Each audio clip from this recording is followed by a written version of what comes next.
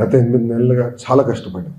మీ అందరూ తెలుసు, వైజాగ్ వెళ్ళినప్పుడు ఎంపీలతో ఎమ్మెల్యేలతో మేము అందరం కూర్చున్నాం, మాట్లాడాం, ఎట్లా రివైవ్ చేయాలి, ఆప్షన్స్ ఏంటి మన ముందలా అని డిస్కస్ చేసి అక్కడి నుంచి ఒక పద్ధతి ప్రకారం, అంటే భారతదేశంలో ఎక్కడ జరిగిన విధంగా పద్ధతి ప్రకారం మేము ఆ ప్రాజెక్ట్ని రివైవ్ చేసే దానికి దాదాపు కేంద్ర ప్రభుత్వం నుంచి 11,000 కోట్ల ప్లస్ నిధులు తీసుకురాగలంటే అది మెటిక్యులస్గా ప్లాన్ చేశాం.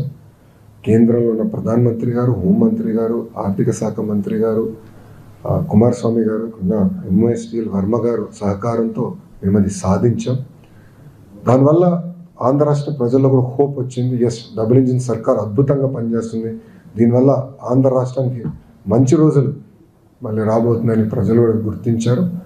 ఇట్లా కలిసికట్టుగా మేము పనిచేస్తామని చెప్పాం. మంత్రి గారు కూడా మేము అందరం మాట్లాడిన తర్వాత అనుకున్నాం, ఎట్టి పరిస్థితుల్లో కేంద్ర ప్రభుత్వం ఇప్పుడు పెడుతున్న పెట్టుబడి కానీ, ఆంధ్ర రాష్ట్రం పెట్టుబడి కానివ్వండి, ఎకనామిక్ యాక్టివిటీ ద్వారా తిరిగి వడ్డీతో సహా చెల్లిద్దాం, మంచిగా మేనేజ్ చేద్దాం, ఇంకొకసారి నష్టాల్లోకి ఈ ప్లాంట్ వెళ్ళకూడదు